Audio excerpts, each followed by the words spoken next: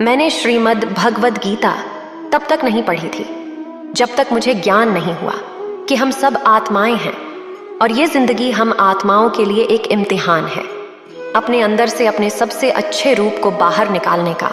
और भगवद गीता इस इम्तिहान को पास करने की एक अहम किताब है। जो व्यक्ति श्री कृष्ण के भक्त हैं उन्हें इन दिव्य उपदेशों को अनसुना नहीं करना चाहिए। इस वीडियो को पूरा देखें, अन्यथा आपको अंत में पछतावा होगा। अपने कीमती समय को फालतू के शॉर्ट्स वीडियो के जगह यहाँ लगाए, कुछ नया सीखने को मिलेगा। भगवद गीता के 18 अध्याय हैं और ये संस्कृत में परमात्मा द्वारा दी गई थी। समय के साथ संस्कृत भाषा रोजमर्रा की जिंदगी से निकल गई और ये ज्ञान मनुष्य से दूर हो गया।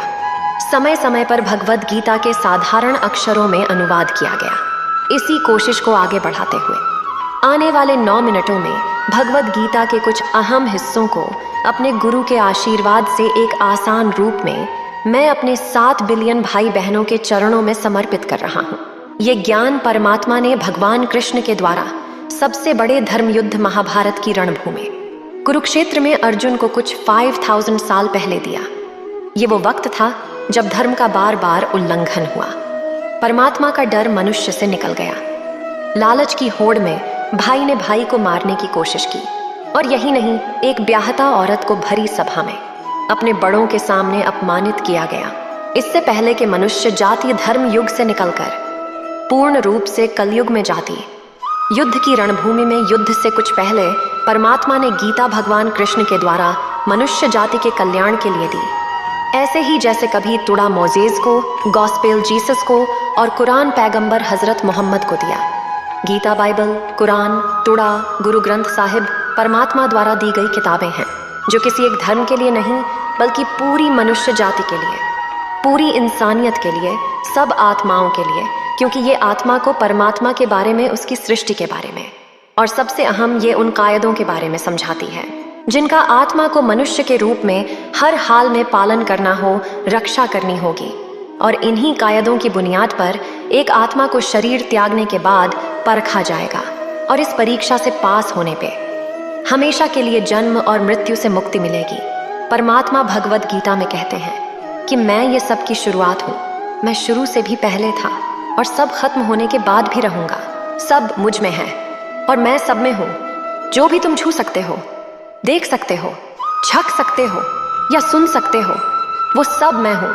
ये नदियाँ, पहाड़, सूरज ग्रहण, चांद, सितारे सब मैंने बनाए हैं। मैंने ही भगवान, शैतान, राक्षसों और इंसान बनाए। मैं सर्वव्यापी हूँ, सब में रहता हूँ, सब में मैं हूँ, मैं ही हूँ। मैं ही ब्रह्मा बन के सब बनाता हूँ और रुद्रा बन के सब नष्ट कर देता है। मैं ये सृष्टि यूं ही बनाता और तोड़ता रहूंगा ताकि आत्माओं को मौके मिल सके इस जन्म और मृत्यु से एक दिन मोक्ष पाने को, हमेशा के लिए परमात्मा के साथ रहने को। भगवद गीता कहती है कि इस सबसे बड़ी परीक्षा के लिए परमात्मा ने प्रकृति का निर्माण 5 तत्व हवा, अग्नि, जल, पृथ्वी और ईथर से किया, जिन्हें हम छू के, छक के, सुन के, सूंघ के, देख के समझ सकते हैं। पर खुद परमात्मा इन 5 इंद्रियों की समझ से बाहर है। उन्हें आत्मा इन इंद्रियों से नहीं जान सकती। आत्मा 5 इंद्रियों के साथ वैसे ही है जैसे लोहे का रोबोट जिसे अपने बनाने वाले का कोई पता नहीं है। अर्जुन को भी परमात्मा का विराट रूप देखने के लिए भगवान कृष्ण ने दिव्य नेत्र दिए। भगवद गीता समझाती है कि आत्मा अजन्मी है, इसे कोई मार नहीं सकता, कोई जला नहीं सकता, डूबा नहीं सकता, काट नहीं सकता, लेकिन आत्मा को परमात्मा के साथ हमेशा रहने के लिए ये परीक्षा रूपी जीवन में बैठना ही पड़ेगा।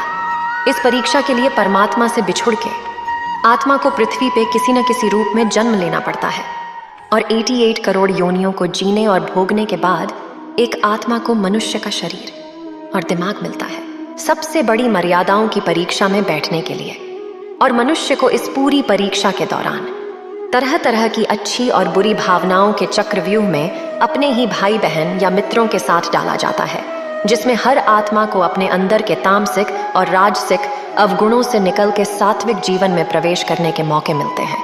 हमारे तामसिक गुण वो हैं जो हमारे अंदर हीन भावना पैदा करके हमें खुद को उदास और नुकसान पहुंचाते हैं और हमारे राजसिक गुण हमें ईर्ष्यालु और लोभी बना के दूसरों के प्रति नुकसान पहुंचा सकते हैं। इस परीक्षा के दौरान हर आत्मा को तामसिक और राजसिक गुणों को खत्म करके अपने सात्विक गुणों से परिचित होना पड़ेगा। सात्विक गुण वो है जो आत्मा को अपने आसपास की हर चीज से जोड़े और उन्हें प्यार करना सिखाते हैं। परीक्षा के दौरान हर आत्मा को जीवन के चारों स्तंभ धर्म, अर्थ, काम और मोक्ष का ज्ञान पाके ही मुक्ति मिलती है। यही वो द्वार है जिन्हें समझ के ही आत्मा परमात्मा को समझ सकती है। पहला द्वार धर्म का है और शेर इसका प्रतीक है। धर्म वही है जो गीता में लिखा हुआ है, वेदों में लिखा हुआ है, गुरु ग्रंथ साहिब, बाइबल या कुरान में लिखा है। धर्म वही है जो धारण किया हुआ है, जिसे आपका दिल मानता है, जैसे झूठ नहीं बोलना, चोरी नहीं करना, भगवान का निरादर नहीं करना, दूसरों को नुकसान नहीं देना। यही सब धर्म है और हर आत्मा को अपने जीवन काल में हर समय धर्म का पालन करना होगा और उसकी रक्षा करनी है। दूसरा द्वार अर्थ का है और घोड़ा इसका प्रतीक है। हर आत्मा अपने हर जीवन काल में अपने पृथ्वी पर होने का अर्थ या मूल कारण समझेगी। इस जिंदगी में भोगने वाली चीजें और रिश्तों का आनंद लेगी। अच्छा बेटा, अच्छी बेटी, अच्छा भाई, अच्छी बहन, अच्छा पति या अच्छी पत्नी बनके हर दुनियावी रिश्ते पर खरी उतरेगी और इस परीक्षा को पास करेगी। तीसरा द्वार काम का है। भगवत गीता समझाती है कि हर मनुष्य के अंदर काम, क्रोध, लोभ, मोह, अहंकार और ईर्ष्या जैसी 6 भावनाएं हमें अपने और दूसरों के प्रति नुकसान पहुंचा सकती है। इन भावनाओं को हर मनुष्य को हमेशा अपने नियंत्रण में रखना होगा, क्योंकि इनके बहाव ने किया हुआ कोई भी काम हमारे जीवन भर की परेशानी का कारण बन सकता है और एक आत्मा संतोष और सादगी से इन भावनाओं पे हमेशा के लिए विजय पा सकती है। चौथा स्तंभ मोक्ष का है और हाथी इसका प्रतीक है।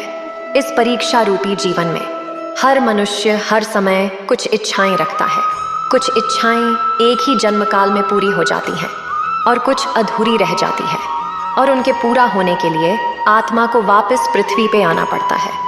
भगवद गीता समझाती है कि हमारी इच्छाएं ही मूल कारण हैं हमारे पृथ्वी पर वापस आने का, और अगर हम कोई भी इच्छा ना रखें तो हमें जीवन और मृत्यु से मुक्त हो सकते हैं।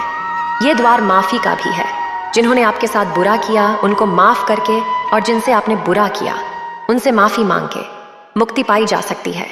जब तक आत्मा इन चारों दरवाजों धर्म, अर्थ, काम और मोक्ष को समझ नहीं लेती, तब तक आत्मा को बार बार इस मनुष्य रूप में आना ही पड़ेगा। परीक्षा का समय खत्म होते ही आत्मा शरीर और अन्य सब वस्तुओं का त्याग कर देती है। जो भी संसार में रहकर बनाया वह किसी और का होगा और आत्मा अपने कर्मों के फैसले के लिए चली जाती है। आत्मा के अच्छे बुरे कर्मों का हिसाब होता है। अपने अच्छे कर्मों के लिए आत्मा कुछ वक्त के लिए स्वर्ग और दुष्कर्मों के लिए नरक पे चली जाती है।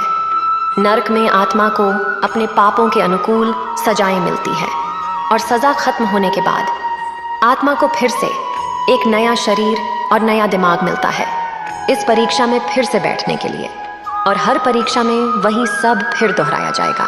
जिंदगी के 4 स्तंभ धर्म, अर्थ, काम और मोक्ष को समझने के लिए हर जन्म में अपने कई जन्मों के कर्मों के हिसाब से हर आत्मा को कभी अच्छे और कभी बुरे हालातों से जाना पड़ता है। लेकिन जब तक आत्मा परमात्मा के साथ योग को नहीं समझ लेती वह मुक्ति नहीं पा सकती। भगवद गीता समझाती है कि मनुष्य अपने शरीर, दिमाग या दिल से भगवान को पा सकता है। शरीर द्वारा किए कर्मों के माध्यम से परमात्मा को पाने को कर्म योग कहते हैं। ऐसे कर्म जो परमात्मा की इच्छा से हो और दूसरों के कल्याण के लिए हो। वाल्मीकि ने रामायण लिख के, श्रवण ने अपने माता पिता की सेवा और उन्हें 4 धाम की यात्रा करवा के, मदर टेरेसा ने अपने प्यार और सेवा के माध्यम से, और मैडम क्यूरी ने वैज्ञानिक खोज में अपने जीवन का बलिदान देकर अपने कर्मों द्वारा परमात्मा को पाया। भगवद गीता समझाती है एक आत्मा दिमाग से भी परमात्मा के साथ योग लगा सकती है। इसे राजा योग कहते हैं, क्योंकि दिमाग या मस्तिष्क सब इंद्रियों का राजा है। एक मनुष्य अपनी आस्था, सांस, प्रणाली, आसन, अभ्यास, साधना और तपस्या से परमात्मा को इस योग के रास्ते पा लेता है। इस योग को समझने के लिए हमें अपने अंदर की एनर्जी यानी चक्रों और कुंडलिनी को समझना पड़ेगा। आत्मा मस्तिष्क से मेडिटेशन या ध्यान लगाकर परमात्मा के साथ योग लगा सकती है। शंकराचार्य, स्वामी परमहंस, स्वामी विवेकानंद और उनके जैसे कई योगी इस योग के रास्ते परमात्मा के साथ संधि लगा पाएंगे। परमात्मा भगवत गीता में कहते हैं कि अगर किसी आत्मा को धर्म न भी समझाए, योग न भी समझाए, पर अगर वह मेरी शरण में आ जाए तो मैं उसके सारे पाप माफ कर देता हूँ। परमात्मा को ऐसे दिल की गहराइयों से पुकार के पाने को भक्ति योग कहते हैं। चैतन्य महाप्रभु, मीराबाई और भगवान हनुमान इस योग के सबसे बड़े उदाहरण हैं। लेकिन कभी आत्मा अपने होने का मूल कारण भूल के धर्म का उल्लंघन करे या पाप के रास्ते पर निकल जाए तो उसे ठीक करने के लिए परमात्मा खुद किसी रूप में पृथ्वी पर जन्म लेते हैं। आइए श्री भगवत गीता, गुरु ग्रंथ साहिब, टुड़ा, बाइबल, कुरान या ऐसी किसी भी दीनी किताब को पूरा पाँच के इस जिंदगी के असली मायने समझें और परमात्मा के साथ योग लगाएं। अगर आपने इसे पसंद किया तो इसे औरों को बांटिए ताकि सब आत्माएं अपने यहाँ होने का मूल रूप समझ सकें और इस जन्म और मृत्यु से मुक्ति पाके हमेशा परमात्मा के साथ रह सकें। उम्मीद है आप सभी को यह वीडियो अच्छी लगी होगी। अगर आप कृष्ण के सच्चे भक्त हैं तो चैनल को सब्सक्राइब और वीडियो को लाइक करके कमेंट में जय श्री कृष्णा लिख दीजिए।